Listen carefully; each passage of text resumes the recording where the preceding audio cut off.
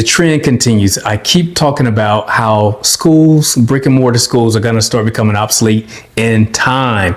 Listen, schools are condensing, they're consolidating, and closing because of low enrollment. So listen to this story here. Hillsborough County is down 7,000 students from last year. A big reason for this is the uptick in homeschooling.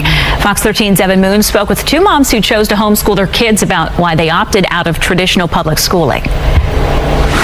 Up, all the way across. This ballet studio Balance, don't go fast. now doubles as a classroom for these homeschooled girls. Very beautiful school. As homeschooling becomes more popular in Florida, the studio owner saw a need. The homeschool was so popular in Florida that I thought, all right, let's start it, and it's starting to take off. Changement. He teaches dance alongside allowing students to do other studies at the studio. 155,000 kids were homeschooled statewide last year, according to the Department of Education, a 46% increase compared to 5 years ago. So listen, the numbers are increasing year by year as far as how many people are homeschooling. And one of the key things that people are finding is that it gives you flexibility and it allows the child to go after their passion.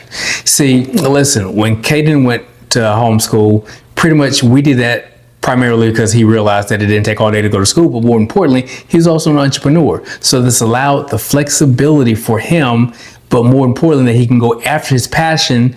And we took it a step beyond, and he graduated high school early at age 13, which gave him more time to sow into his business to help other kids when it comes to financial literacy. I spoke with two mothers here about why they said no to traditional public schooling. For one, it's flexibility. My daughter's homeschooled because of the freedom and the flexibility to be outside of the public school system.